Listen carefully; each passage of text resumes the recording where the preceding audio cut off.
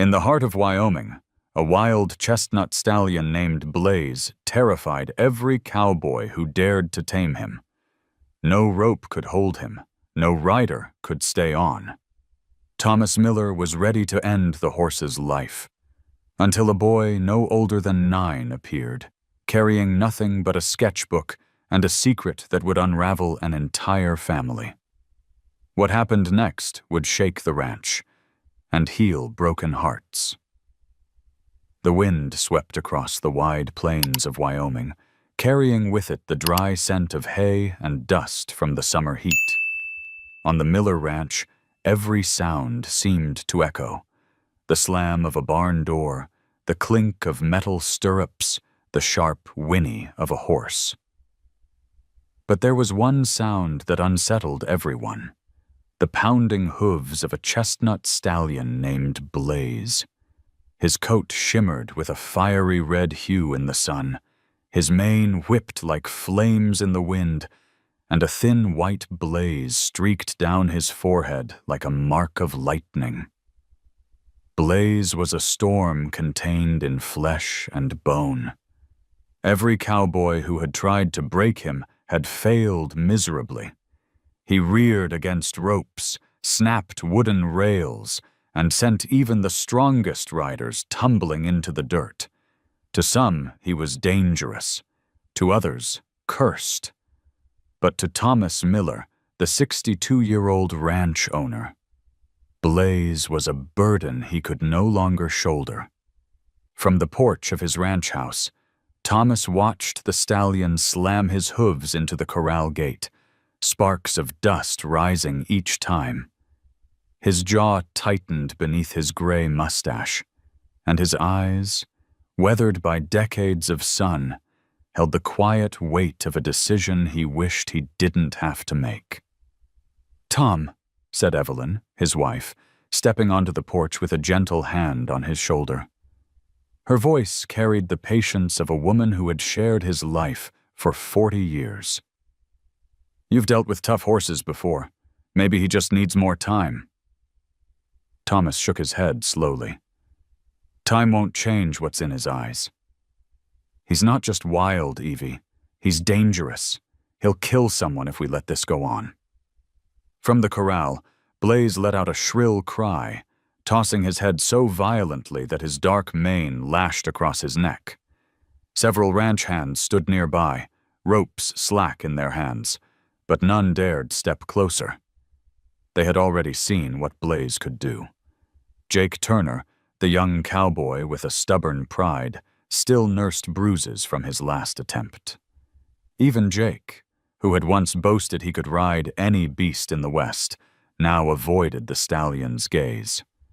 The ranch had always been a place of order. Cattle grazing in tidy herds, horses trained for rodeos and ranch work, every animal fitting neatly into the life Thomas had built. But Blaze was disorder, defiance in its purest form, a scar of chaos against the discipline Thomas demanded. And the ranch was paying the price. Cattle spooked when Blaze screamed, riders hesitated, and whispers spread through town that the Miller Ranch was losing its edge. Thomas drew a slow breath, heavy as the late summer air. "Tomorrow morning, I'll call Dr. Harris. It's time to put an end to this." Evelyn stiffened. Her fingers tightened on his arm. "You can't mean that." "He's still young, Tom. Strong. Maybe too strong for his own good, but I've been around horses longer than most men live," Thomas cut in, his voice gravelly. "And I've never seen one like him." There's no trust in his eyes. Just fire. He paused, staring at the stallion's restless pacing. That kind of fire burns everything around it. The silence between them grew heavier than the sky before a storm. Evelyn's heart ached at the finality in her husband's tone. She had seen him gentle mustangs with nothing but patience, had watched him mend broken bones and broken spirits. But this time, Something deeper weighed on him. Something she couldn't name. The sun dipped lower, painting the fields in a wash of amber light. Blaze halted at the far end of the corral, sides heaving, nostrils flaring. For a moment, his gaze lifted toward the porch, locking eyes with Thomas. The stallion's stare was fierce, unyielding, but underneath the wildness there was something else. A flicker of pain, like a memory no one could touch. Thomas turned away first. "Tomorrow," he repeated under his breath, though his voice cracked slightly. "Tomorrow ends this." Evelyn pressed her lips together, hiding the tears that welled in her eyes. The cicadas began their steady hum, and the smell of sage drifted across the porch. She wanted to believe, wanted to plead again, but she knew the man beside her. Once Thomas Miller set his jaw, it was like stone against the river. Nothing moved it. Yet as the evening deepened, Evelyn couldn't shake the image of Blaze's eyes. The fury, yes, but also the grief hidden behind it. She whispered a silent prayer that something, someone, might arrive before morning to change her husband's mind. The stallion screamed once more into the twilight, a sound that seemed to carry far beyond the ranch, over the rolling hills, into the unknown. And though Thomas didn't know it yet, that cry was not a farewell. It was a call. Morning came with a sky brushed in pale orange and the faint chill of Wyoming dawn. The ranch stirred early, the smell of coffee and dust mingling as men gathered around the corral. All eyes rested on the fiery chestnut stallion. Blaze pawed the dirt with restless energy, each stomp a warning, each breath steaming in the cool air. His reddish coat gleamed like polished copper under the sun, his mane whipping across his neck as if flames had taken root there. Among the gathered hands was Jake Turner, the young cowboy, whose pride had been wounded, but not destroyed. Jake was no stranger to rodeos, nor to danger. His body still carried the bruises from his last encounter with Blaze, but his pride outweighed his pain. He adjusted the brim of his hat, jaw clenched tight, determined to prove himself. The whispers from the men around him, doubting his skill, mocking his failure, stung worse than the bruises ever could. "Let me try again," Jake said, stepping forward, his voice sharp with defiance. "I know I can handle him." Thomas Miller's eyes narrowed beneath his hat. He respected courage, but he had lived long enough to know the line between courage and recklessness. "Jake," he replied with the weight of authority, "that horse nearly broke your back last time. He's not one you win over with muscle." Jake's lips twisted into a smirk that didn't quite hide his anger. "With all due respect, sir, I don't intend to use muscle. I intend to use grit." He tipped his hat and moved toward the corral gate before Thomas could argue further. The men shifted uneasily. Some crossed their arms, others whispered bets, though none believed Jake could do what no one else had. Blaze had thrown seasoned ranchers, snapped ropes like twigs, and left more than one cowboy limping for weeks. Still, pride is a dangerous fire, and Jake carried it burning inside him. The corral gate creaked open. Blaze's ears pinned back instantly, his muscles coiled like a spring. The air itself seemed to tighten. Jake stepped inside with deliberate calm, his boots crunching against the dirt, lariat looped in his hand. He tried to mask his nerves, but his shoulders betrayed the stiffness of fear. Blaze fixed his gaze on the intruder, eyes sharp and wild. "Easy now," Jake muttered, circling slowly. "You're not the first Mustang I've seen."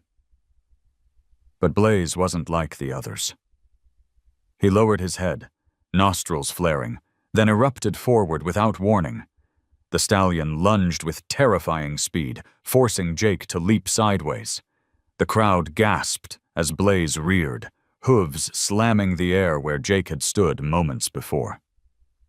Dust exploded upward, catching the light like sparks.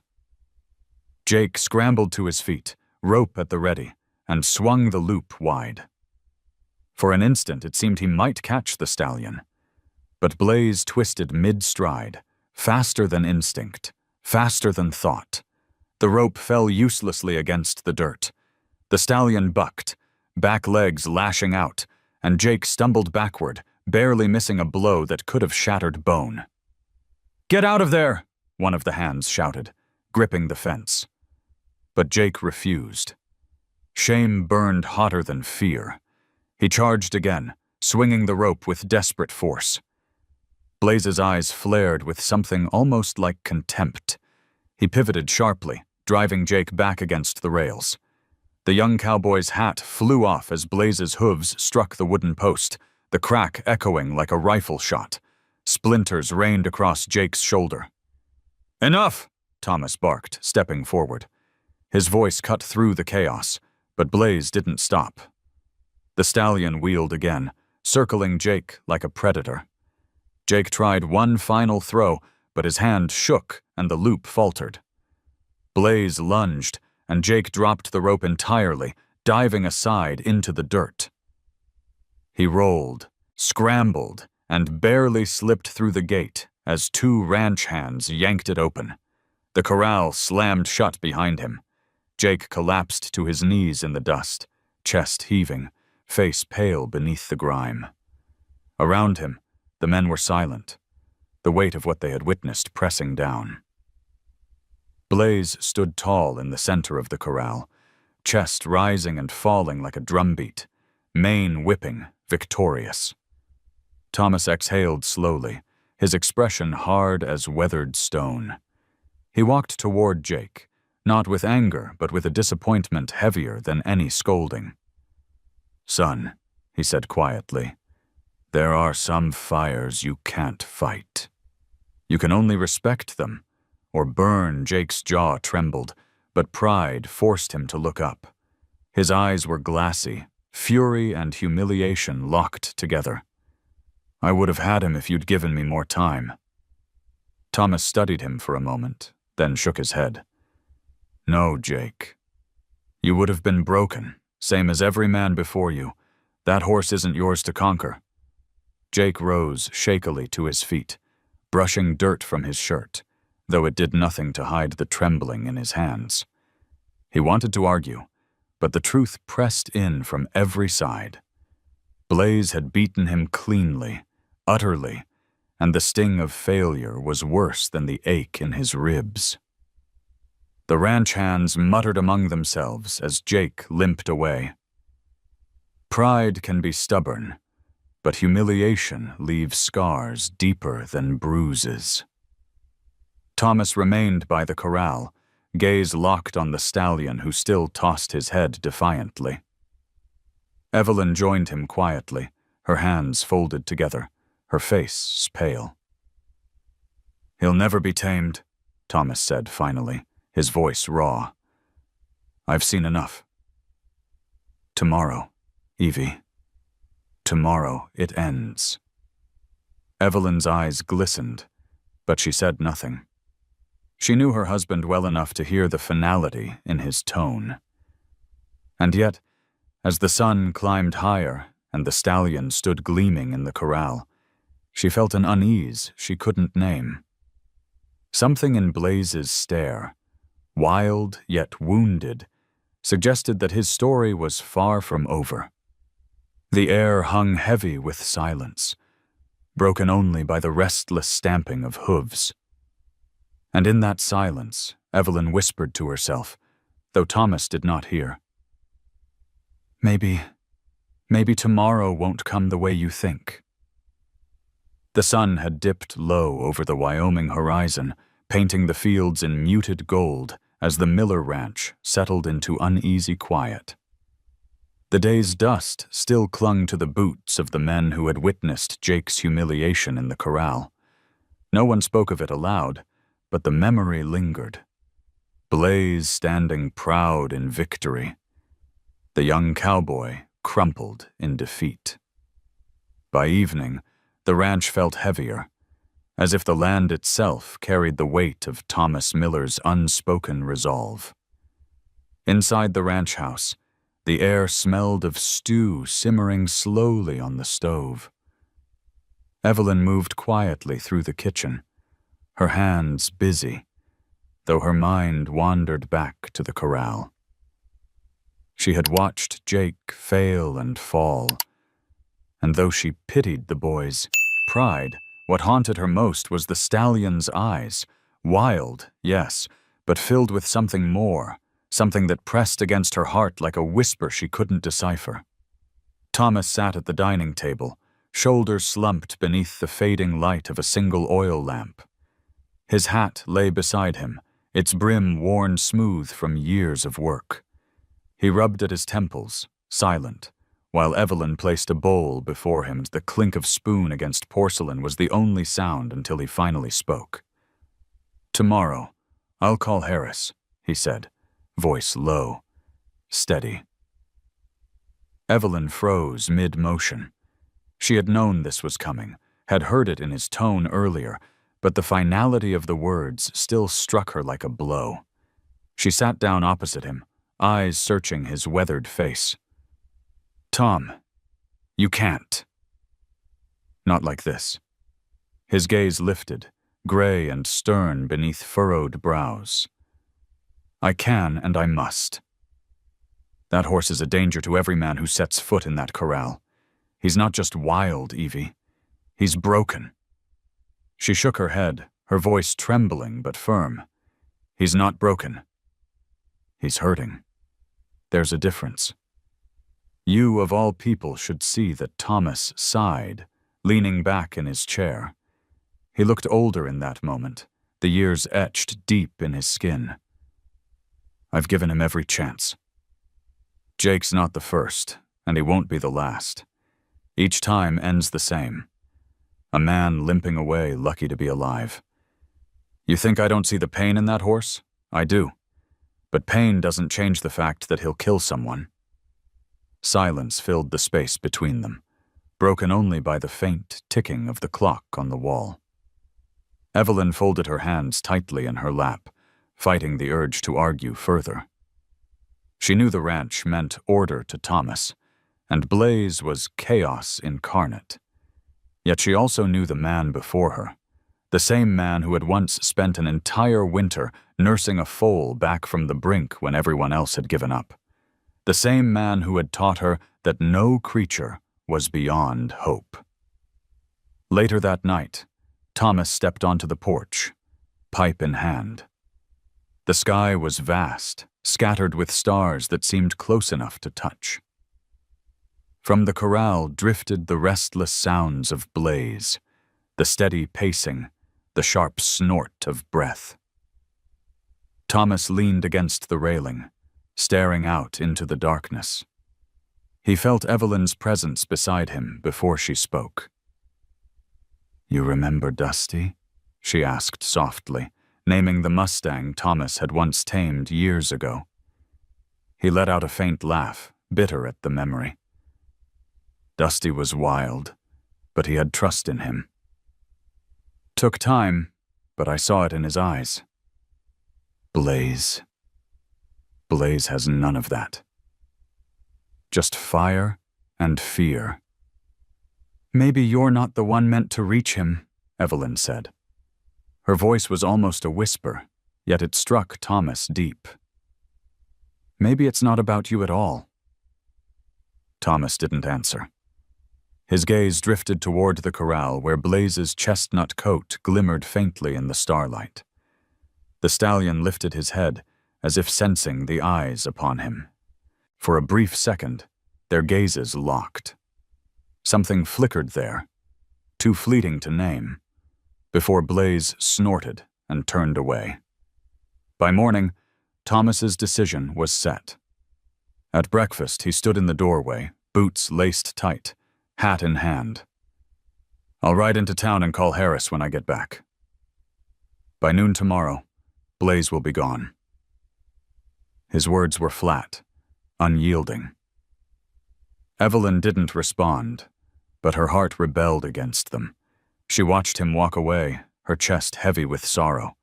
She whispered a prayer under her breath, not for Thomas, not even for herself, but for the horse who carried both fury and grief in his eyes. The ranch bustled with its usual rhythm that day, but an undercurrent of tension hummed beneath every task. Men avoided looking at the corral, where Blaze paced endlessly, his hooves striking the dirt with restless defiance. Even Jake, usually so loud and brash, kept to himself, his pride wounded too deeply for words. That evening, Thomas sat alone again on the porch. The land stretched wide and silent, shadows creeping long across the fields. His decision weighed heavy, but he clung to it with the stubbornness that had carried him through a lifetime on the ranch. He thought of the years spent building this life, of the order he had fought to maintain. Blaze threatened all of that. Ending it was the only way, or so he told himself. As the last light bled from the horizon, a sound drifted faintly across the fields. The distant creak of a bicycle wheel on gravel, growing closer, accompanied by the soft hum of tires against dirt. Thomas frowned, leaning forward. Few ever came down the ranch road uninvited. The sound drew nearer, breaking the evening hush. Evelyn stepped onto the porch beside him, her brow furrowed. "Who would be coming this late?" Thomas shook his head, watching as a figure emerged along the road. A child, riding a battered bicycle, hat too large for his head, a satchel bouncing against his side. Behind him followed a woman walking quickly to keep pace. The boy's small frame seemed fragile against the vastness of the plains, yet his posture was straight, his pedaling steady, his eyes fixed ahead with a purpose that belied his years. Blaze let out a sharp whinny from the corral, ears pricked, muscles taut. He had sensed them too. Thomas narrowed his eyes as the boy dismounted, dust rising around him. The child's gaze drifted past everything else. The ranch house, the men, the wide fields, until it landed on the stallion. Blaze froze, nostrils flaring, as if some unseen thread connected them across the distance. The air thickened, a silence stretching taut.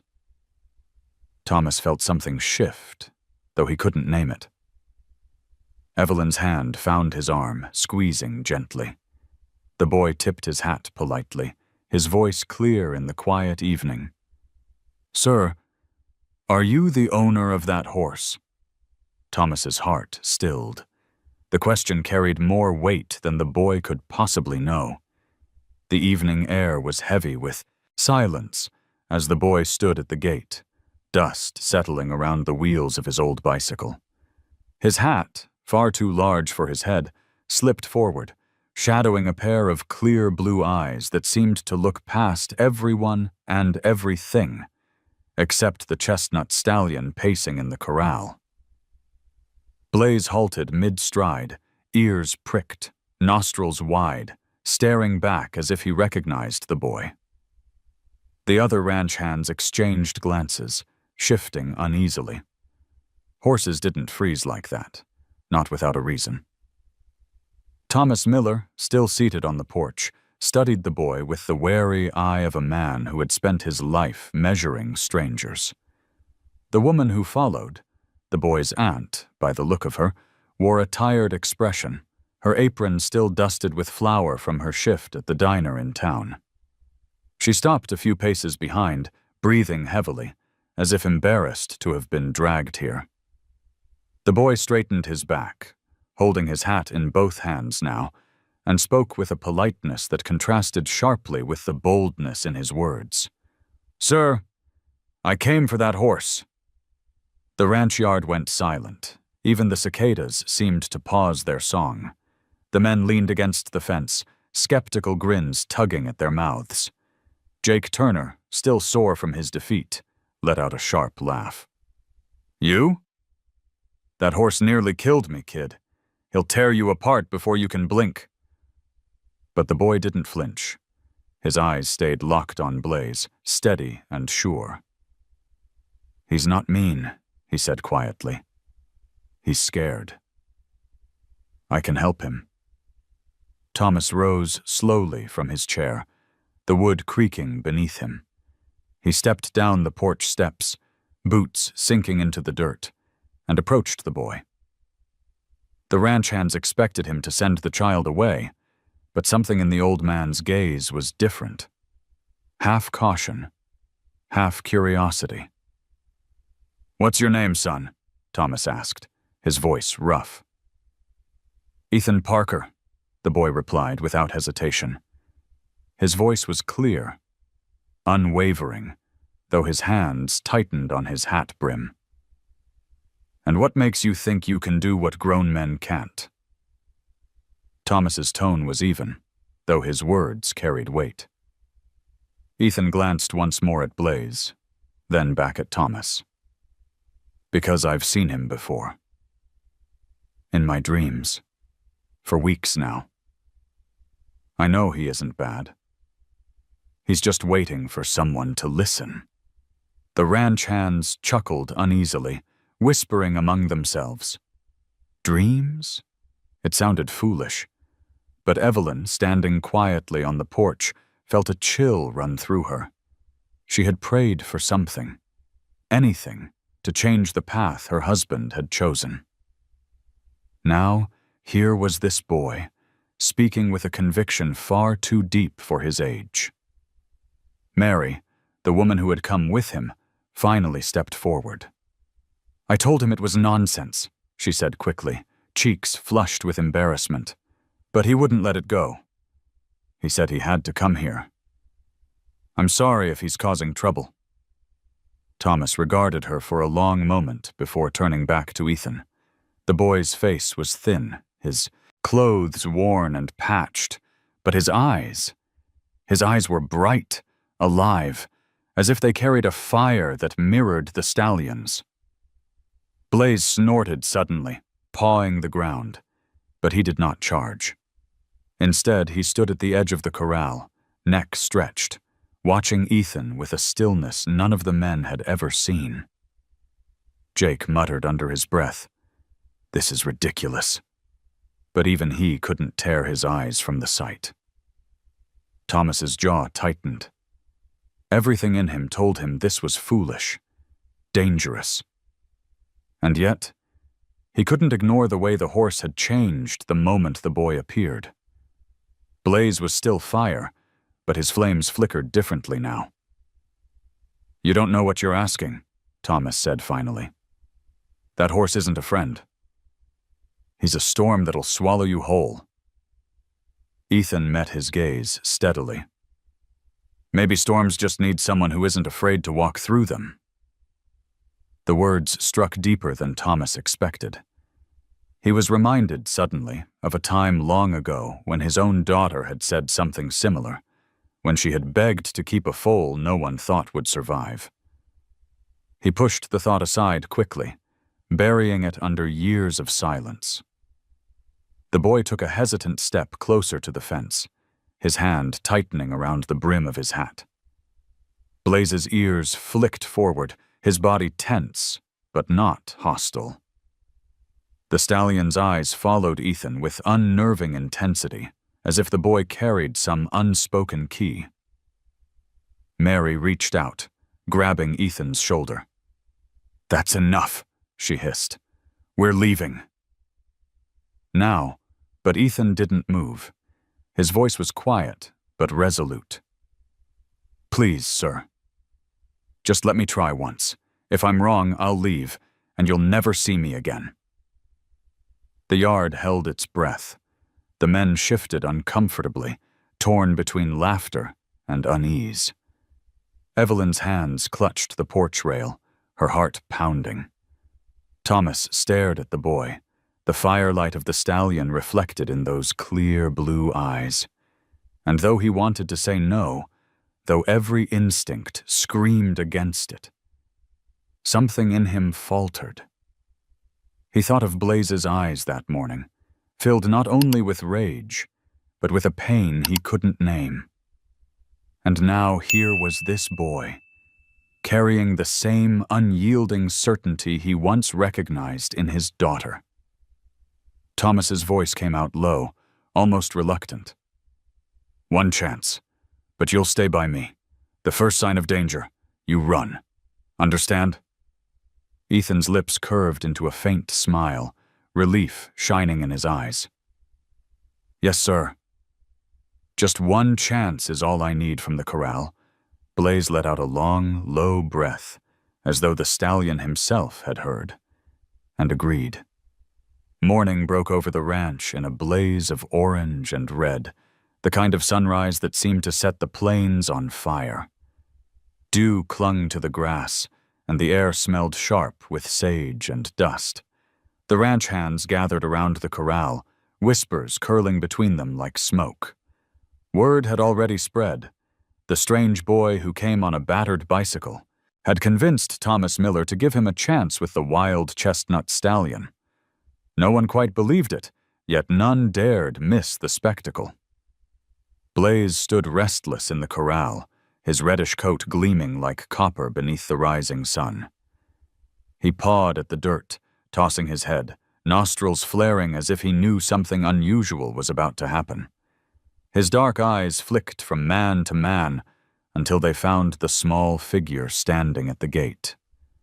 Ethan Parker clutched his oversized hat in one hand, his sketchbook in the other, his thin shoulders straight despite the weight of so many eyes.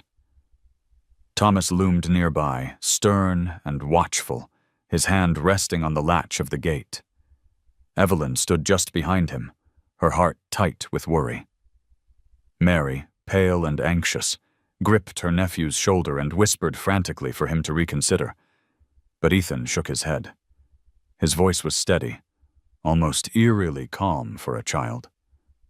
"I'm not afraid, Aunt Mary. He won't hurt me." Jake Turner leaned against the fence, arms crossed, his pride still raw from his own failure. "This is madness," he muttered, loud enough for everyone to hear. "If that horse won't take me, he sure as hell won't take a kid." But though his words dripped with scorn, his eyes never left Blaze. Thomas's voice cut through the murmurs, gravelly and firm. "Remember what I said. One sign of danger, and you run. Do you understand?" Ethan nodded. "Yes, sir." The gate creaked as Thomas swung it open, the sound echoing across the hushed yard. Ethan stepped inside, the dirt crunching softly beneath his worn shoes. For a long moment, nothing moved. Blaze stood like a statue, ears pricked, every muscle taut. The men held their breath, waiting for the inevitable explosion. But Ethan didn't rush forward. He simply stood there, a few feet inside the corral, lowering his sketchbook slowly to the ground. He spoke softly, words no one else could quite catch. His voice carried a rhythm, gentle as wind through tall grass. The boy's hat slipped lower over his brow, shadowing his face, but his eyes never left Blaze's. The stallion snorted, tossing his head once, twice. His hooves struck the ground with warning, but he didn't charge. Instead, he inched sideways, watching the boy as though trying to solve a puzzle. Ethan took a single step closer, slow and deliberate, his hands open at his sides. Thomas's fingers tightened on the rail. Every instinct told him to pull the boy out, to stop this before it turned bloody. But something rooted him in place, the same something that held every man silent along the fence. Ethan whispered again, "You're not bad." You're just scared?" The words reached Blaze, though no one could explain how. The stallion's ears flicked forward, his breathing slowed. He took one hesitant step toward the boy, then another. Dust rose in tiny puffs beneath his hooves. The yard was so quiet, the creak of the leather saddle slung over the rail sounded like thunder. Evelyn clutched the rail, her knuckles white. Jake's mouth fell open. The boy raised one hand, palm outward, not forcing, not demanding, only offering. Blaze's chest heaved, his breath washing hot across the air between them. Then, impossibly, he lowered his head. The stallion's muzzle brushed the boy's outstretched fingers. Gasps broke the silence. One of the ranch hands cursed under his breath, unable to believe his eyes. Evelyn's tears spilled freely. Even Thomas, hardened by decades of ranch life, felt something crack deep inside him. He had seen men risk their lives. He had seen Mustangs broken with ropes and force. But never this. Never a horse choosing trust on his own. Ethan's lips curved in a faint smile. He murmured something else, his fingers brushing Blaze's blaze of white down his forehead. The stallion closed his eyes briefly, as though savoring the touch. It was not surrender. It was recognition. The moment shattered when Blaze suddenly lifted his head, startled by the cry of a hawk overhead. His muscles bunched, his body twisting, and for an instant it seemed he might rear again. Thomas lurched forward, ready to yank the boy out, but Ethan only pressed his hand against Blaze's neck and whispered, "It's all right. I'm here." To everyone's shock, the stallion steadied. His hooves settled back into the dirt, his ears flicking, his breathing evening out. The wild fire in his eyes dimmed to a glowing ember. Silence held for a long time before Thomas finally stepped into the corral. His boots crunched against the dirt as he stopped beside the boy, his gaze locked on the horse who had once seemed untouchable. He looked down at Ethan, then back at Blaze, disbelief warring with something he had not felt in years. Hope. "You've done the impossible," Thomas said quietly, though the words were meant for himself as much as the boy. Ethan shook his head. Not impossible. He just needed someone to listen. The ranch yard buzzed with whispers, men exchanging stunned glances. Jake turned away, shame and jealousy battling in his chest. Evelyn pressed her hand to her mouth, her heart overflowing. Thomas placed a hand on Ethan's shoulder, firm but not unkind. "This changes things," he admitted, though his voice was heavy. "But it raises more questions than it answers." Ethan looked up at him, his young face solemn beneath the oversized hat. "Then maybe it's time to start asking the right ones." Blaze let out a deep breath, leaning his head slightly against the boy, as though sealing some silent pact. Around them, the world seemed to hold still. The ranch, the men, even the wind. For the first time since Blaze had arrived, the storm inside the stallion had quieted. And for Thomas Miller, a man who believed he had seen everything, it was the beginning of something he could not yet name, but knew would change his life forever. The ranch was never truly quiet. Even at night there were the sounds of cattle lowing in the distance, the creak of wood settling in the barns, the restless shifting of horses in their stalls. Yet that evening, after the boy's hand had touched Blaze's muzzle without blood or chaos, the ranch fell into a silence so deep it unsettled everyone who lived there. The ranch hands kept their distance, whispering in the bunkhouse, replaying what they had seen. Some insisted it was luck. Others swore the boy must have some strange gift. Jake Turner sat in the corner, nursing his pride like an open wound, the sting of humiliation sharper now that a child had succeeded where he had failed. He muttered to himself that the horse must have been tired, distracted. But he didn't believe his own words. Inside the Miller house, Thomas sat at the head of the long oak table, staring into a glass of untouched whiskey. The lamplight flickered across his weathered face, highlighting lines carved by years of sun and responsibility. Evelyn sat across from him, her hands folded, her eyes full of unspoken questions. Between them stretched a silence heavier than any argument. Finally, Evelyn broke it. "You saw it, Tom. You saw the way Blaze looked at him, like he'd been waiting for that boy." Thomas exhaled through his nose, slow and reluctant. "I saw it. Doesn't mean I understand it. Doesn't mean it's safe." He rubbed at his jaw, staring past the glass into memories that pressed at the edges of his mind. "I've spent my life breaking horses, Evie. I know their language. That wasn't the language of surrender. It was something else." "Maybe surrender isn't what Blaze needs," Evelyn said softly. "Maybe he needs someone who doesn't see him as a battle to win." Thomas frowned, unsettled by the thought. He remembered the boy's words. "You're not bad. You're just scared." Words simple enough, yet they carried the weight of something Thomas himself had never dared admit about the stallion. Fear had always been in Blaze's eyes, but Thomas had only seen danger. Outside, the boy sat on the porch steps, sketchbook balanced on his knees.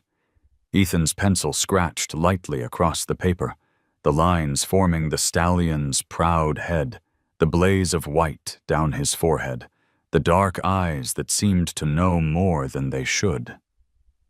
Mary hovered nearby, arms crossed tightly, her face drawn with worry.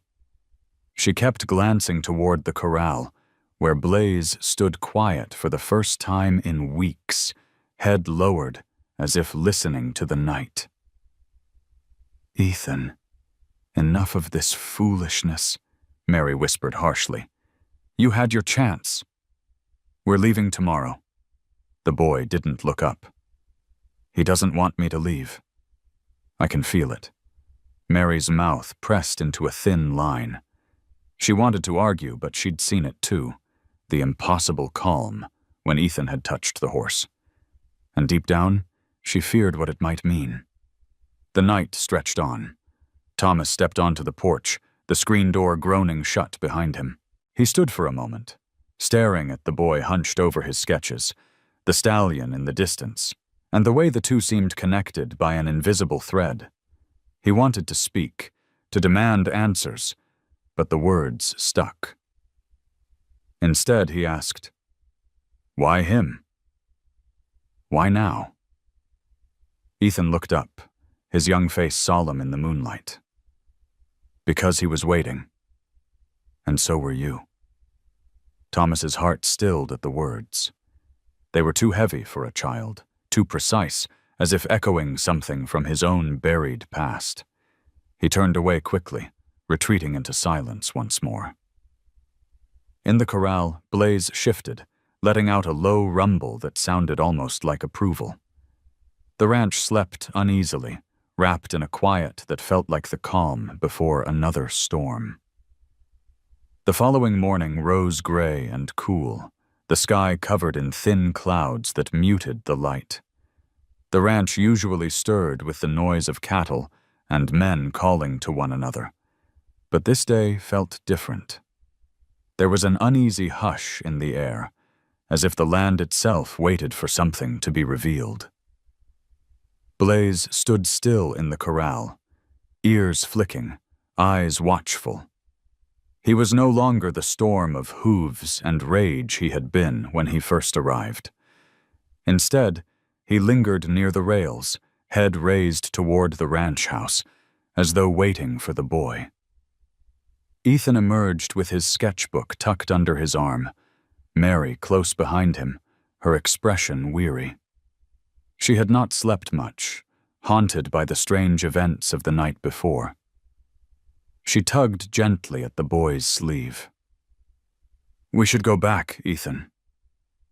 This place, it isn't for us." But Ethan shook his head, his gaze already fixed on Blaze.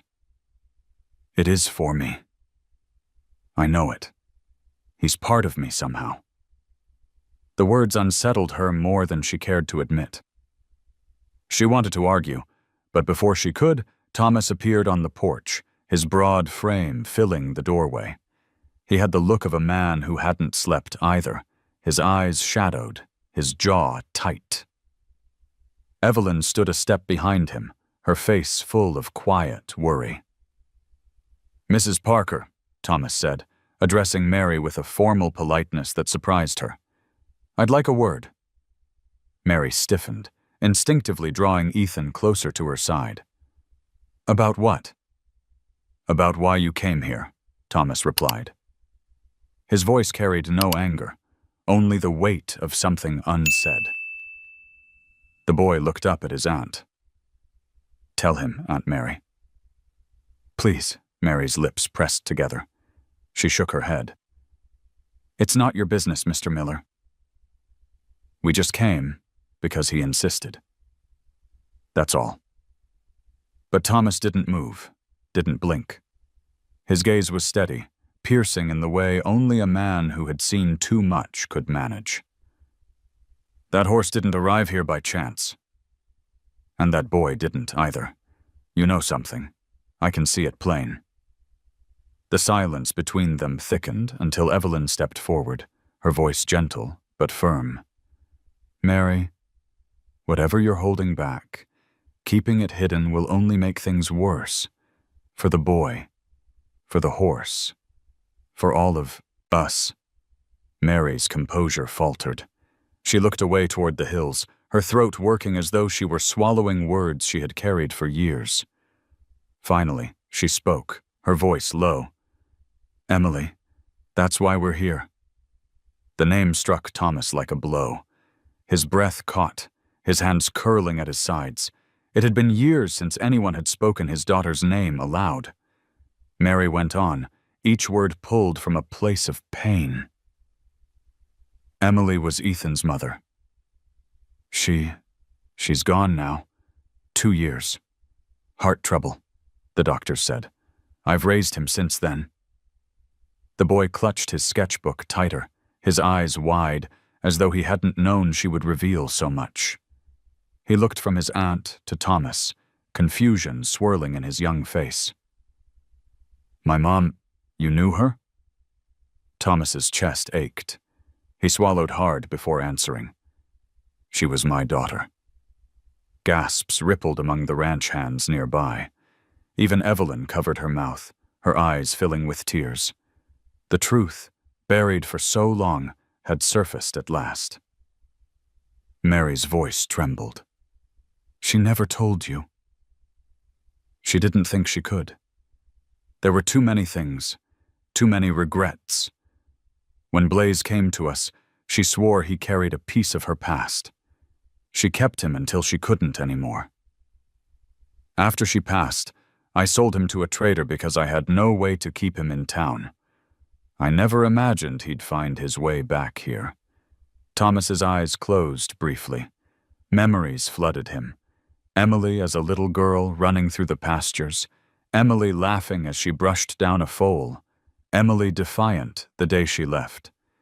And now Emily gone, her child standing before him with her same stubborn eyes. Ethan's small voice broke the silence. "So you're my grandfather?" The words pierced Thomas deeper than any accusation. He opened his eyes and looked at the boy, his heart aching with a mix of grief and wonder. "Yes," he whispered. "Yes, I am." Ethan's lip trembled, but he stood tall, clinging to the stallion's gaze across the yard. Then maybe that's why Blaze knew me. Because he knew her. Because he knew I belonged here. Thomas felt the ground shift beneath him. All his certainty, all his decisions seemed to crumble. The stallion pawed the dirt once, as though confirming the boy's words. Mary wiped her eyes roughly, ashamed of her tears. I didn't want him to know. Not like this. Not so soon. I wanted to protect him from the weight of it. Evelyn touched her arm gently. Sometimes the truth protects better than silence. For a long moment, no one spoke. The wind carried the smell of dust and pine across the yard, filling the heavy air.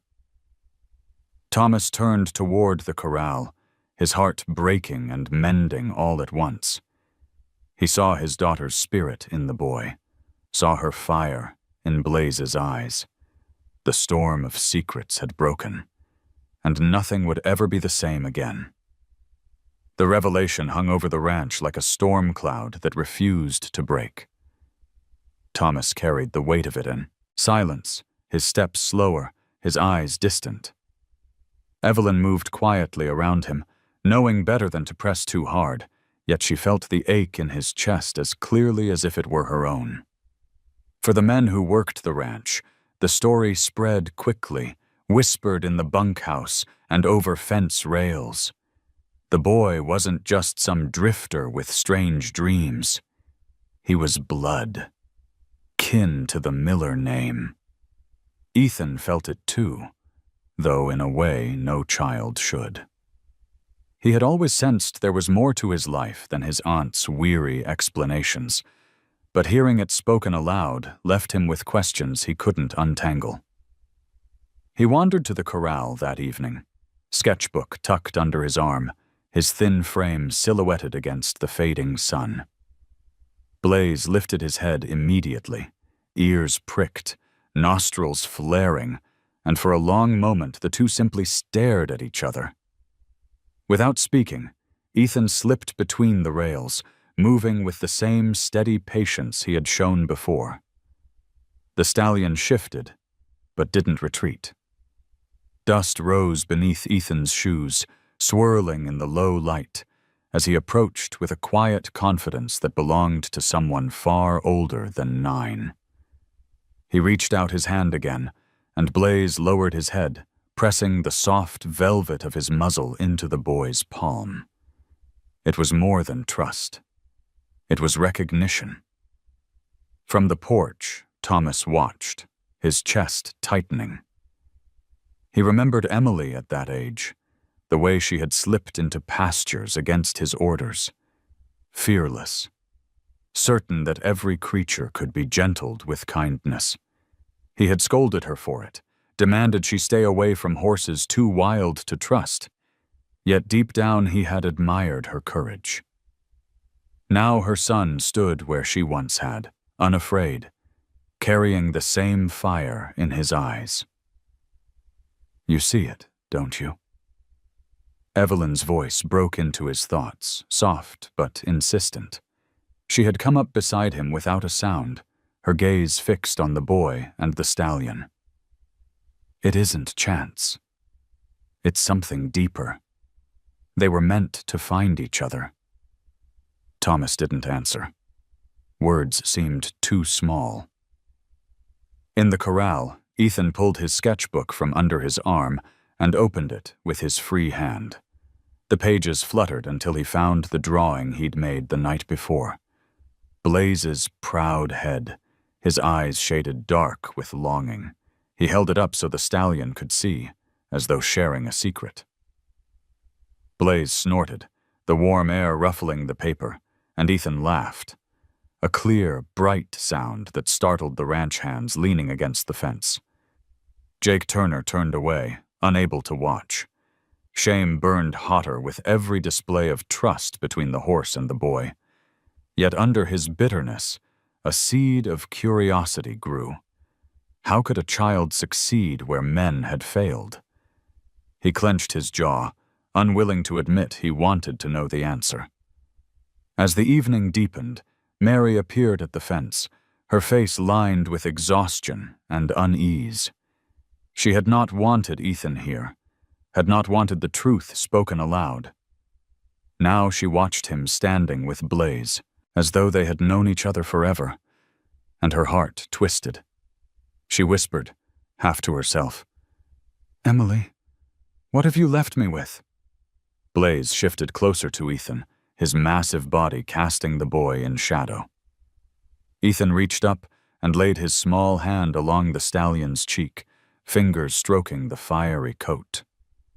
No words passed between them, but the bond was undeniable, written in the gentle stillness of the animal and the steady calm of the child.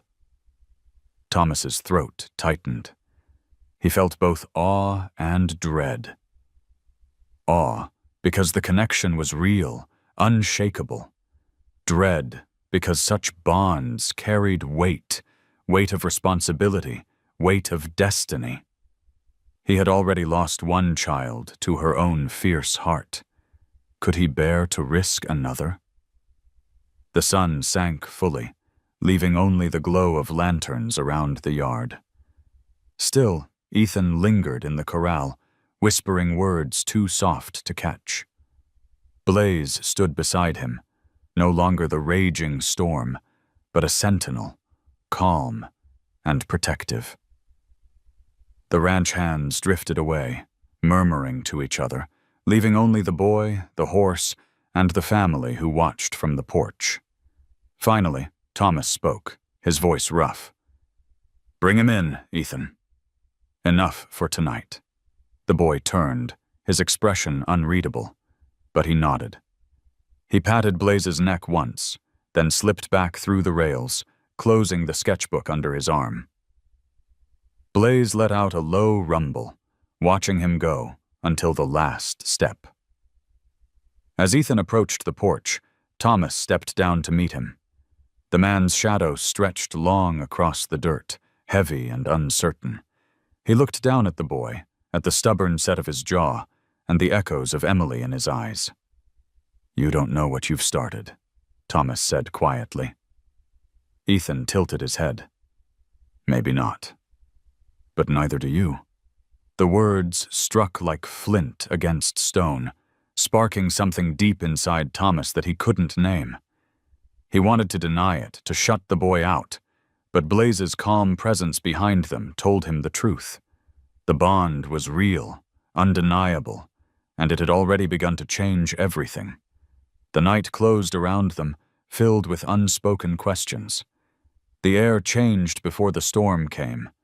The ranch hands felt it in their bones as they worked through the heat of the afternoon.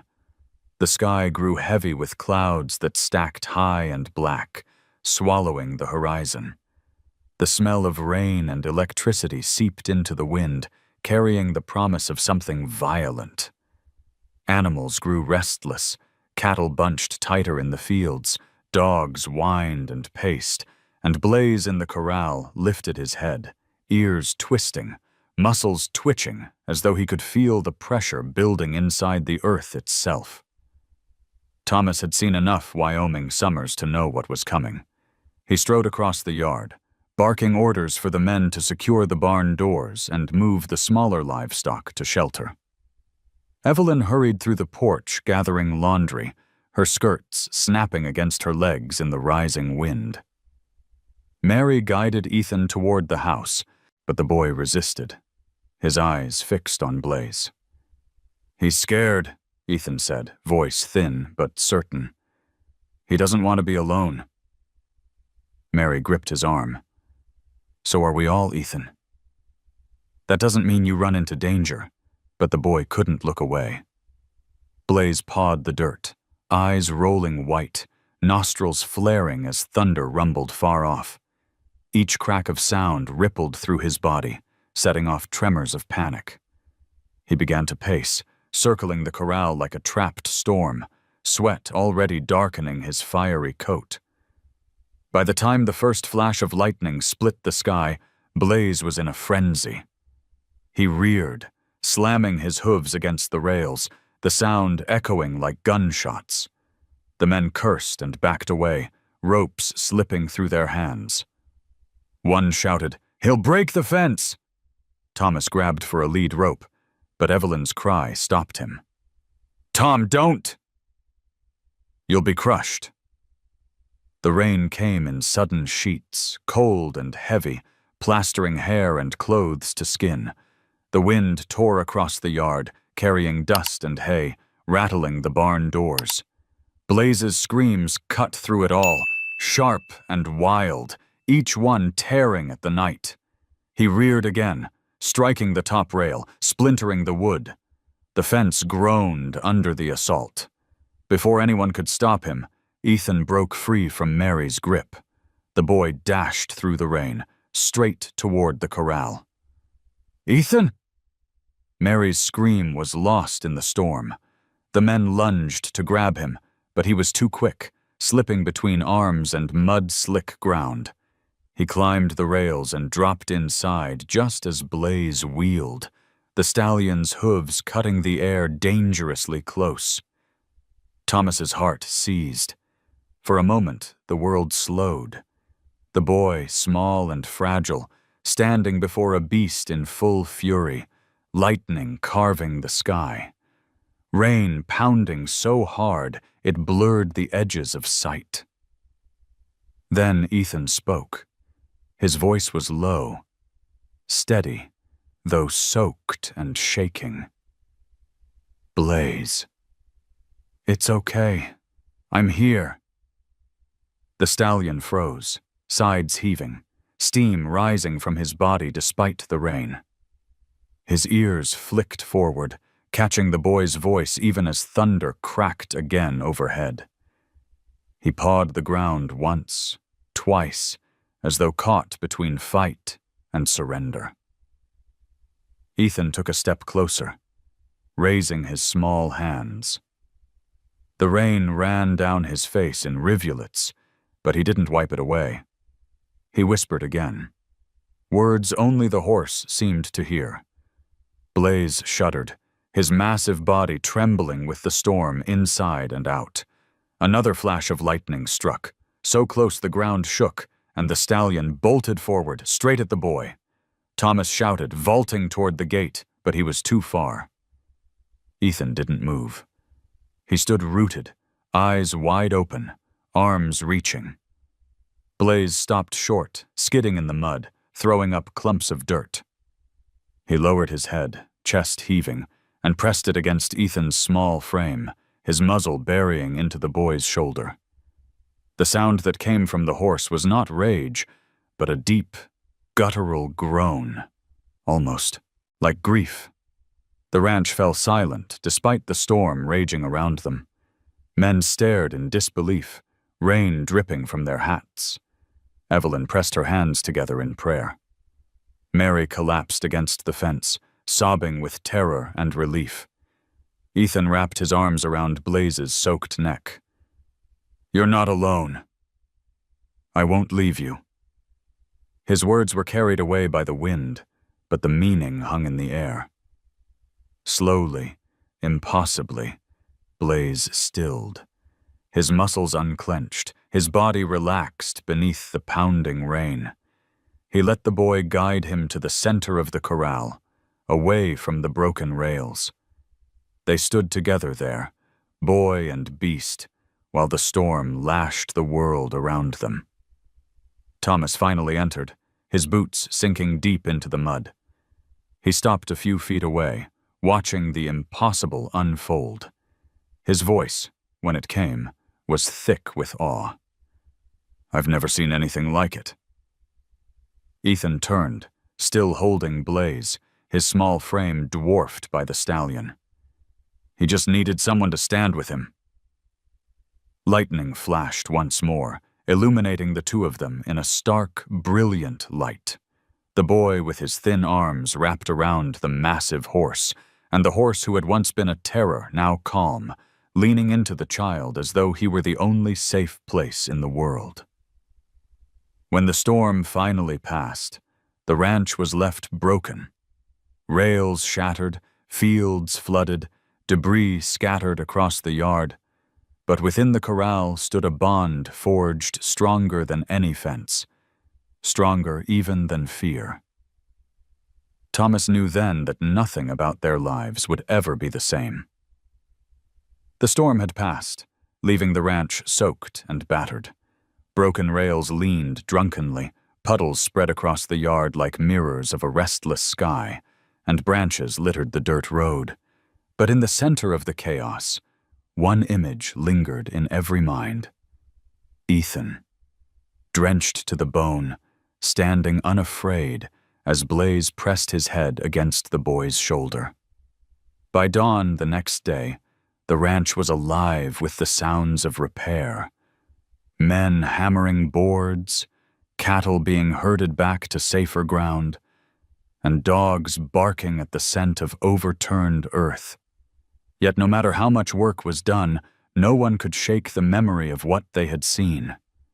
They spoke of it in hushed tones, their voices tinged with disbelief, as though to say it aloud would make it less real. Thomas carried the weight of it differently. He had seen storms break men, seen horses lose their minds in terror, but never, never had he seen a wild stallion surrender his fear into the arms of a child. The image haunted him, pressing against a truth he had avoided for years. Blaze wasn't just a horse gone mad. He was a remnant of the past, a living fragment of Emily's spirit. And now her son had drawn out something in the animal Thomas himself had never been able to reach. That evening, when the men retired to the bunkhouse and the yard quieted again, Thomas found Ethan sitting alone by the corral. The boy's sketchbook lay open on his lap, pages blurred where rain had smudged the pencil lines. Blaze stood nearby, calmer than Thomas had ever seen him, ears flicking contentedly as he grazed at what little grass poked through the mud. "You should be inside," Thomas said, his voice gruff but not unkind. Ethan didn't look up. "I wanted to make sure he's all right." Thomas stepped closer, his boots squelching in the wet ground. He leaned against the rail, eyes on the stallion. "He's tougher than he looks." "He'll be fine." Ethan finally glanced up, his eyes clear but questioning. "So why does he act like he's carrying something too heavy for him?" The words cut deeper than Thomas expected. He studied the boy, seeing so much of Emily in the tilt of his chin, the stubborn calm in his gaze. For a long moment, Thomas said nothing. Then, as though the dam inside him had finally cracked, he lowered himself onto the rail and spoke. "There are things you don't know, Ethan. Things I should have told you sooner." His voice was low, weighted with years of silence. "Your mother, she was fire, just like you. She loved this ranch, loved the horses, but she carried her battles quietly. Blaze wasn't just any horse to her. He was a gift Ethan's brow furrowed." "From you?" Thomas nodded slowly. "On her 18th birthday. She'd spent years helping me with the colts, sneaking into pastures when she thought I wasn't watching. I gave her Blaze when he was a foal, said maybe he'd teach her patience, or maybe she'd teach him trust. For a while, it seemed like both Ethan's eyes widened. He turned toward the stallion, wonder filling his face. "So he remembers her." Thomas's throat tightened. "A horse doesn't forget." "Not kindness, not pain. When Emily left, she took Blaze with her. I thought I'd lost them both for good. I didn't know she had you. Didn't know she was sick. I only found out when Mary showed up here." Silence fell heavy between them, broken only by Blaze's steady chewing. Ethan closed his sketchbook carefully, his small hands trembling. "All this time, you were my grandfather, and you didn't even know?" Thomas's voice cracked as he answered. "Didn't know. But I should have. Maybe if I'd tried harder, asked more questions, she wouldn't have carried so much alone. Maybe she'd still—" He stopped, unable to finish the sentence. Ethan's lip trembled, but he held himself steady. "She used to tell me dreams were important. That they were how people we loved spoke to us after they were gone. I think that's why I dreamed about Blaze. She was telling me to find him, To find you. The words struck Thomas like a brand. He looked at the boy, his grandson, and saw not only Emily's eyes, but her belief in impossible things, her stubborn hope. And for the first time in years, he let the grief break through. He covered his face with his hands, shoulders shaking. Ethan hesitated, then slid closer, along the rail, placing a small hand on the old man's arm. It's okay. I found him. I found you too. Blaze lifted his head at that moment, snorting softly as though in agreement. The stallion stepped closer to the fence, pressing his muzzle against Thomas's shoulder. The old rancher froze, then slowly lowered his hands, staring at the animal with disbelief. For years, Blaze had only shown him rage, defiance. Now, as if carried by Emily's memory and Ethan's presence, he offered something different. Forgiveness. Thomas let out a shuddering breath. I've been carrying my own storm too long, he whispered, and it's time I let it go. The boy smiled faintly. That's what Mom wanted. For us not to be alone anymore. The confession hung in the air, binding man, boy, and horse together in a way words could never fully capture. The past had left scars, but in that moment, Thomas felt something he hadn't dared in years. Hope that healing was possible. And in the silence that followed, the bond between them deepened, unspoken yet undeniable. The ranch wore a fragile calm in the days after the storm. Repairs were underway, rails replaced, mud raked smooth, shingles nailed back into place. But beneath the sound of hammers and the lowing of cattle lingered a new kind of tension. The truth about Ethan had reshaped everything. The boy moved with a newfound sense of belonging. Sketchbook always under his arm, Blaze never far from sight. Yet behind that belonging was a shadow, the absence of his father. Mary avoided the subject, but Thomas couldn't. He knew the truth was only half told, and unfinished truths had a way of festering. That evening, as the sun bled into the horizon and painted the plains in orange fire, Thomas sat at his desk, pen scratching across a letter. His words were blunt but heavy. You have a son. He deserves to know you. Come home. The letter traveled by train, carried across mountains and prairies, and in less than a week, it reached David Carter in Montana. A former Marine turned blacksmith, David had buried himself in work since leaving Emily years ago. He had not known she carried his child. The letter shook his world, his calloused hands trembling as he read the words again and again. 2 mornings later, the sound of a truck engine carried down the dusty road to the Miller Ranch. The men looked up from their chores, shielding their eyes against the glare. A weathered pickup rolled to a stop, and from it stepped a man tall and broad-shouldered, his hair dark but flecked with gray, his eyes shadowed by years of regret.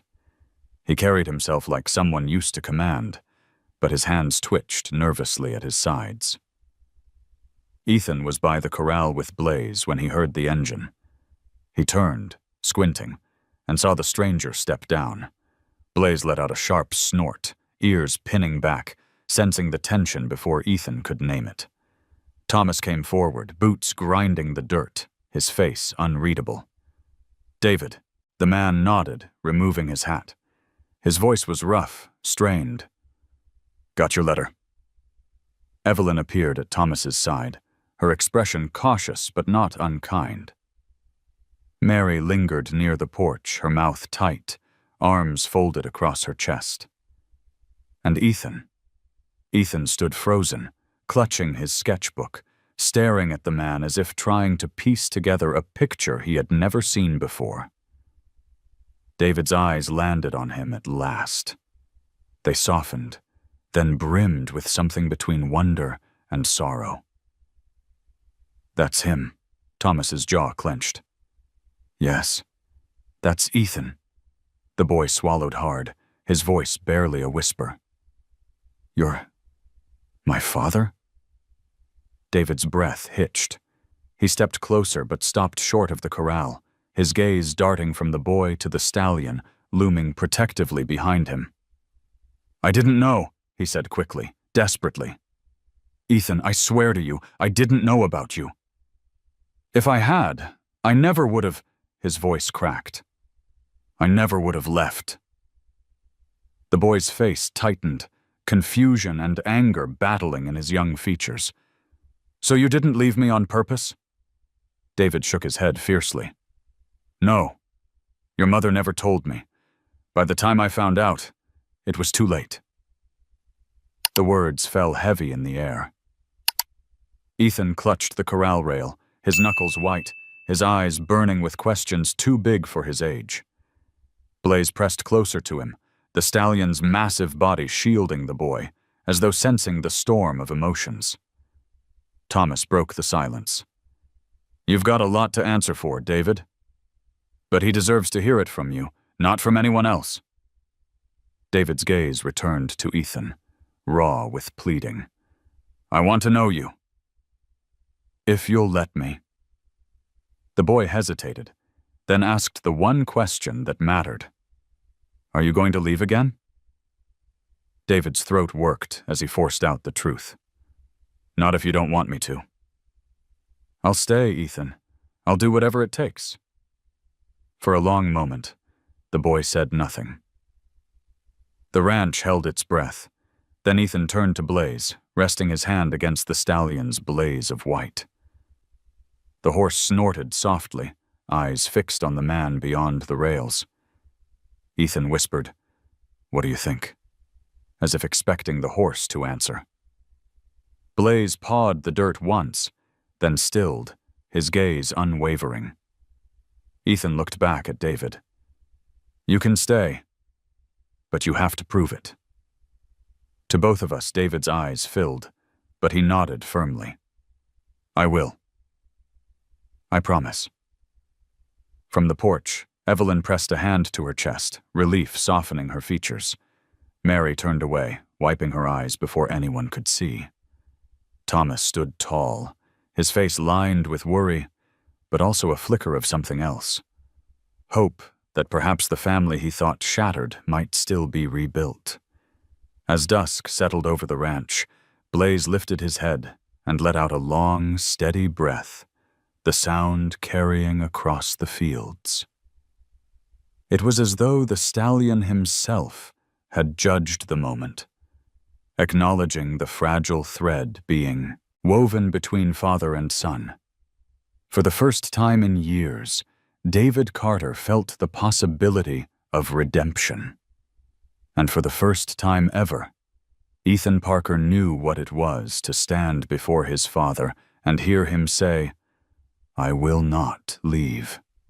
The days following David's return stretched long and uneasy, like fence wire pulled too tight. The ranch bustled with its usual rhythm. Cattle driven across fields, hay stacked in the barn, men calling to one another over the clang of tools. But beneath the surface pulsed an unfamiliar tension. Ethan was cautious around the man who called himself his father. David, in turn, was careful with every word, every step, as though afraid one wrong move might send his son retreating for good. Through it all, Blaze remained the constant thread. The stallion never strayed far from Ethan, his fiery chestnut coat catching the sun, his dark eyes steady and watchful. Where once the horse had been chaos, now he was anchor. And Ethan, though small against his massive frame, seemed to draw courage from him. One morning, Thomas called Ethan and David to the corral. Jake Turner leaned against the rail, his hat tilted low, his expression unreadable. "If you're going to stay," Thomas said to David, his voice rough but fair. "Then you'd better understand what your boy and this horse already share. And you," he turned to Ethan, "need to learn that trust goes both ways. Blaze listens to you, but he also needs you to guide him." David frowned. "He's just a boy." Thomas's eyes narrowed. So was Emily when she first learned. Blood doesn't measure age when it comes to horses. It measures heart. The boy straightened at his grandfather's words. He set aside his sketchbook, climbed the rail, and slipped into the corral with a confidence that still amazed the men watching. Blaze snorted once but remained calm, lowering his head as Ethan laid a hand on his neck. "Start with the lead," Thomas instructed. "No ropes, no tricks." "Just see if he'll follow," Ethan nodded. He stepped forward, speaking softly to Blaze.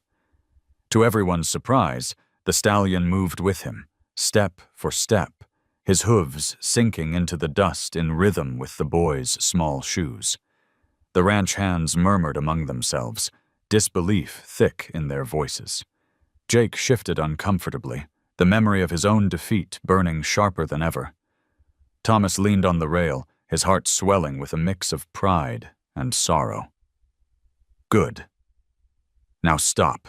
See if he stops with you." Ethan halted. Blaze halted. Dust settled around them, golden in the morning sun. The boy's smile was small, but radiant. "He understands." David watched, his hands gripping the rail so tightly his knuckles whitened. He wanted to call out, to warn his son, but the words caught in his throat. For the first time, he realized the boy needed no saving. Not from him, not from anyone. Jake muttered under his breath. "It's just luck." Thomas's sharp glance silenced. "Him!" The next lesson came harder. Thomas instructed Ethan to change direction, to circle the corral. At first, Blaze balked, tossing his head, hooves striking the dirt. But Ethan didn't yank or shout. He waited, whispering softly, until Blaze's ears flicked forward and the stallion followed, uncertain but willing. Each step was a negotiation, a fragile thread of trust stretching stronger with every pass. By the time Ethan guided Blaze back to the center, both were breathing hard, one from effort, the other from awe. The boy leaned against the stallion's neck, his voice trembling but proud.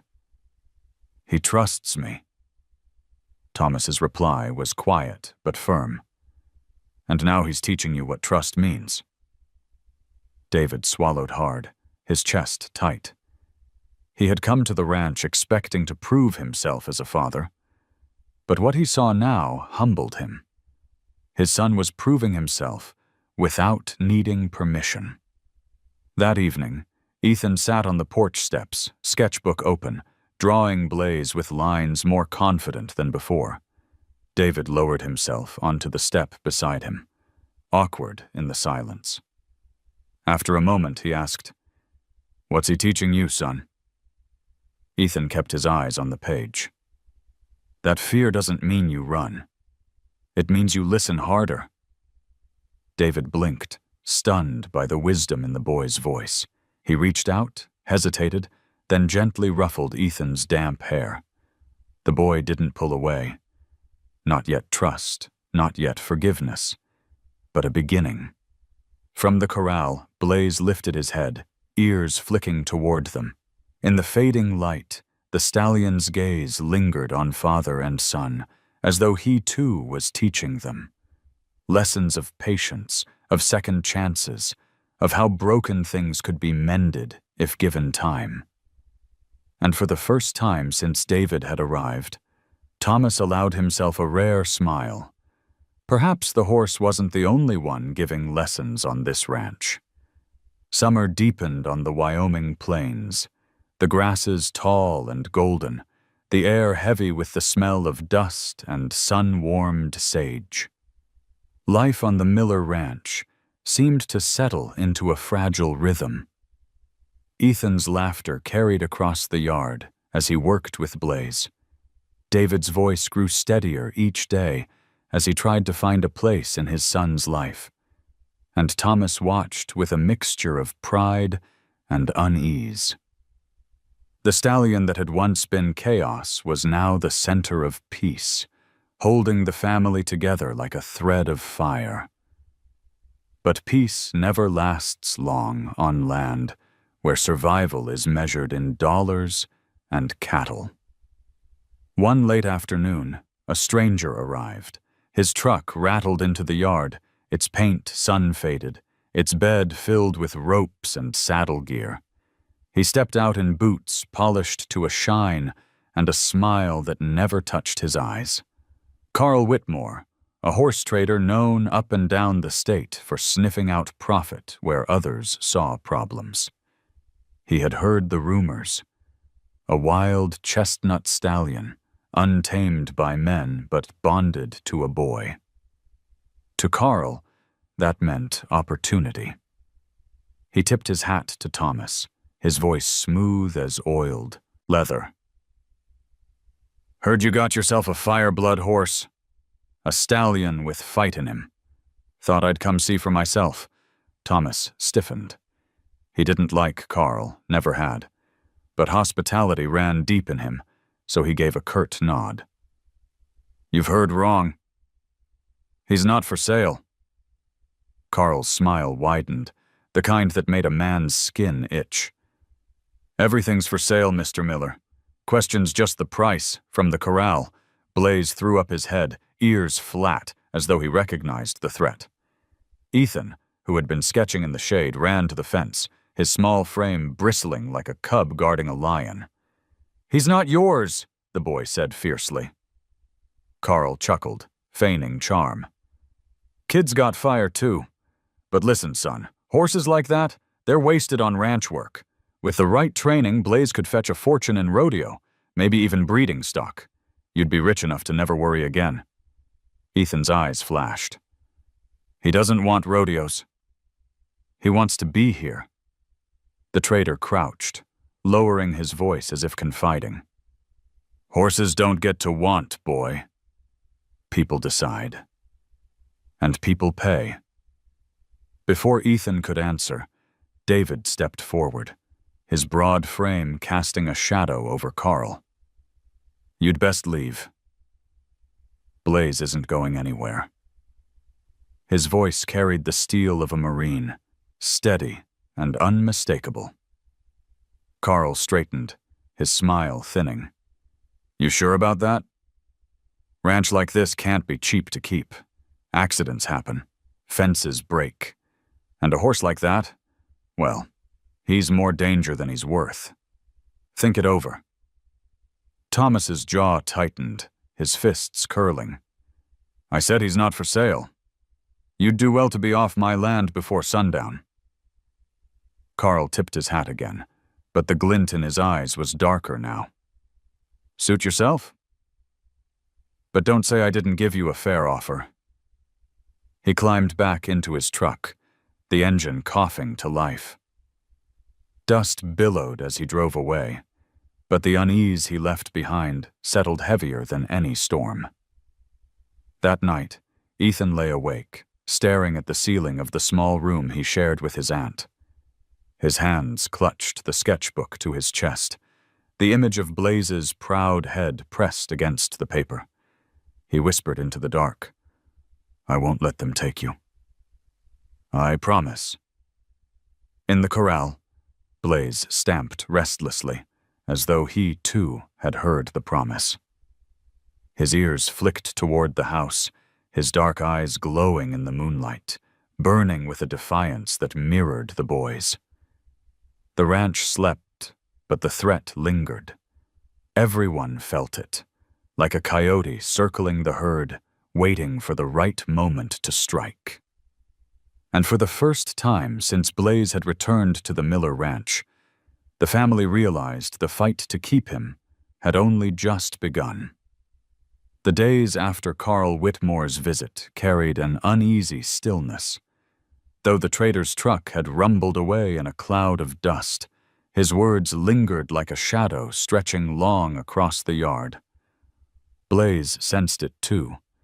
He grew more restless at night, pacing the corral, ears flicking toward every sound in the dark. Ethan slept lightly, often creeping out to sit by the fence with his sketchbook, whispering reassurances as though his voice alone could guard the stallion from being taken. Thomas knew better. Men like Whitmore didn't leave things alone. When money smelled this sweet, they circled back, and the ranch, already strained by a dry season and thin profits, would look vulnerable to outsiders. He saw it in the eyes of his men. Loyal as they were, they worried. Every broken rail, every lost calf was another nail pressing down on the ledger. On Saturday, the town held its monthly livestock auction. Ranchers gathered to buy, sell, and trade, the air thick with dust, sweat, and the cries of penned animals. Thomas never liked these gatherings, but he went all the same, if only to keep a finger on the pulse of what others were whispering. Ethan begged to go too, and after some hesitation, Thomas agreed. Better the boy saw the world's rough edges than remain blind to them. David came as well, uneasy in his new role, but determined to stand beside his son. Sure enough, Carl Whitmore was there, leaning against a rail with a cigar clenched between his teeth. His polished boots gleamed, his smile oily as he spotted the Millers. He tipped his hat mockingly, then raised his voice so others could hear. "That wild stallion of yours. Word is he's worth more than half this yard put together. Shame to waste him on sentiment." Heads turned. Whispers rose. Ethan stiffened, clutching Thomas's sleeve, but the old man's hand came down firm on his shoulder. "Ignore him," Thomas muttered. But he could feel the weight of every eye. Ranchers lived by profit, and sentiment was a luxury few could afford. The auction rolled on, calves sold in lots, mares led through the ring, bids shouted sharp and fast. But Thomas's mind wasn't on the sales. He was turning over Carl's words, knowing the man would keep pressing until something broke. That evening, as the family returned to the ranch, they found Carl waiting at the gate in his truck. He leaned out the window, waving a folded contract. "Final offer," he called, his tone sharp now. "I'll pay more than any man would dare refuse. Enough to ease your debts for years. All I want is the stallion." Ethan's cry split the air. "No!" He ran forward, planting himself in front of Blaze's corral as though his small body could be a wall. Blaze reared, sensing the boy's distress, his chestnut coat burning in the last light of the day. Carl sneered. "Kid, you've got spirit, I'll give you that. But spirit doesn't pay bills." His gaze flicked to Thomas. "You know I'm right. Think of your men. Think of the ranch. This is your chance to save it." Thomas's jaw worked. He felt Evelyn's eyes on him, heavy with faith. David stepped closer, his voice steady. "If you sell that horse, you don't just lose him. You lose the boy, too." Ethan's small hands clenched into fists. "Blaze is family. You can't sell family." His words trembled, but they rang through the yard like a bell. Silence stretched. Every man, every beast, seemed to hold its breath. Finally, Thomas stepped forward, his boots grinding the dirt. He stopped between Carl and the corral, his frame straight, his voice iron. "Blaze isn't for sale. Not today. Not ever. He belongs here, with the boy, with this family." Carl's smile withered. He spat into the dust, fury flashing in his eyes. "You'll regret this, Miller." Then he gunned the engine, the truck roaring as it tore down the road, leaving only smoke and threats in its wake. Ethan collapsed against the corral, tears streaking his dust-stained cheeks. Blaze pressed his muzzle into the boy's chest, breathing slow and steady. grounding him. Thomas placed a hand on his grandson's shoulder, his voice rough with emotion. "You were right, Ethan. Family isn't something you sell." The ranch hands gathered nearby, silent witnesses to the choice that had been made. They knew the decision came with cost. Carl would not let this go, and debts still weighed heavy. But for that moment, in the fading glow of dusk, there was only the bond between a boy and his horse, and the family who stood united behind them. In the corral, Blaze lifted his head, mane whipping in the wind. His eyes gleamed, no longer with fear or fury, but with something fierce and loyal. He had been claimed, not as property, but as kin. The final choice had been made. The days after Carl's final threat brought a quiet resolve to the ranch. The air felt different now. Not lighter, not yet safe, but steadier. The choice had been made. Blaze would stay. And though that decision came with risk, it also brought a strength none of them had felt before. Ethan rose earlier than ever, slipping from his bed before the rooster crowed to meet Blaze at the corral. He no longer needed to call for the stallion. Blaze would already be waiting, his chestnut coat shimmering with morning dew, his dark eyes fixed on the boy, as though he'd been watching all night. Ethan would open his sketchbook, sitting cross-legged in the dirt while Blaze lowered his head, nosing the pages as if approving each line.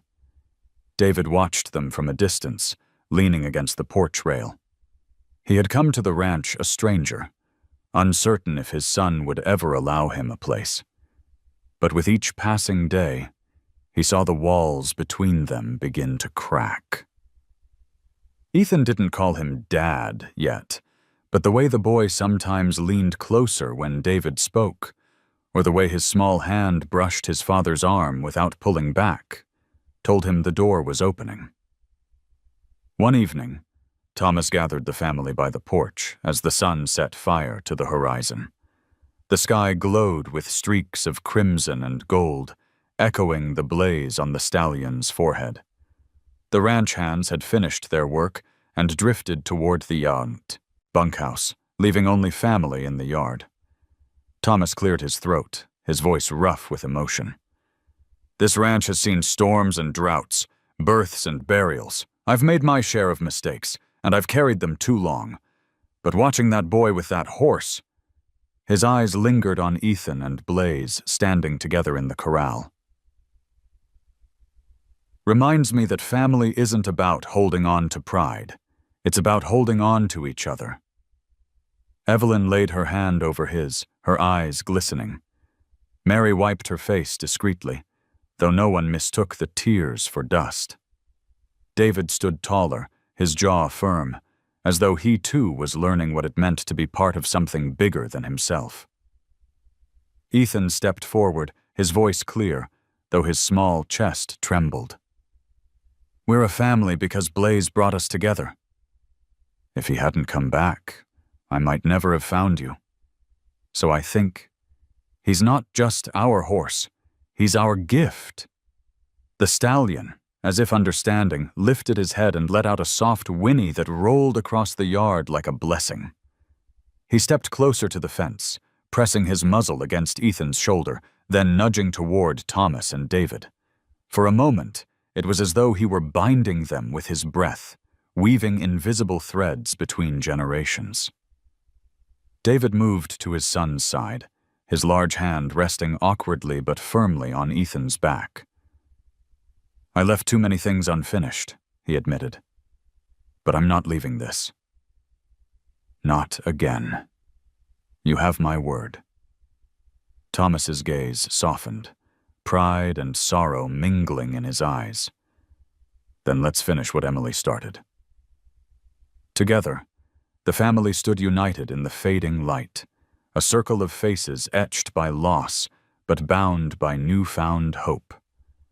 Blaze stood at the center, his fiery coat glowing like a beacon, no longer the storm that threatened to tear them apart, but the flame that had drawn them back together. Later, as stars spilled across the Wyoming sky, Ethan sat once more with his sketchbook.